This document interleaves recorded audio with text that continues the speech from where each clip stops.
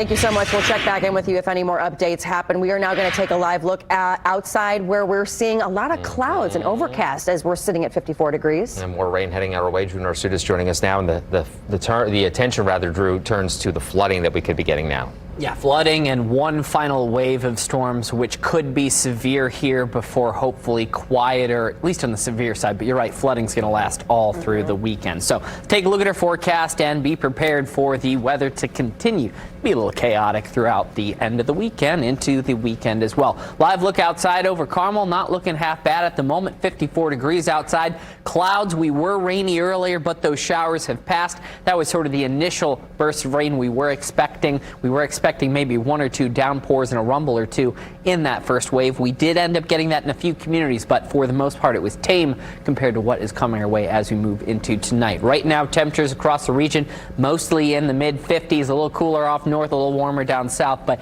in general, mild. Another okay day if it wasn't for the nasty weather going on in the sky. It feels all right out there. Even the wind is relatively cooperating with us. A little breezy out of the northeast at the moment, 10 miles per hour or so. However, the rain is pretty much going to be the big word of the day, and we're also starting to see likely what is going to be that little wave of stronger weather starting to form out near Springfield, St. Louis. Again, hopefully not getting too intense later tonight, and we're looking to stay dry for a good chunk of time before that next wave hits. So we'll, of course, track that as that moves on ahead. Could be by about 7 o'clock out near South Bend, Kokomo, Lafayette, and then eventually extending further down south into maybe not even Indianapolis, Bloomington, Columbus by 11:30 midnight, but certainly getting close. A few locations like Washington, Kokomo, Muncie could just now start getting in on some of the stronger weather. But again, most of the stuff north of I-70 here is going to be hopefully not as intense as the activity expected down south. We can see the southern wave comes in with a little bit more gusto,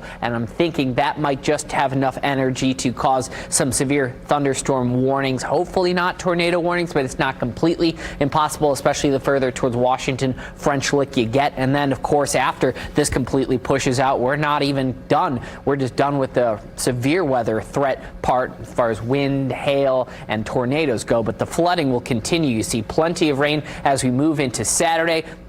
And that's why the National Weather Service has given us all a aerial flood watch at the moment. And we're already sort of in this flood warning stage for a lot of those major rivers across the United States, but Indianapolis until further notice. So let's just recap everything. Tonight, severe weather certainly possible the further south you go right now.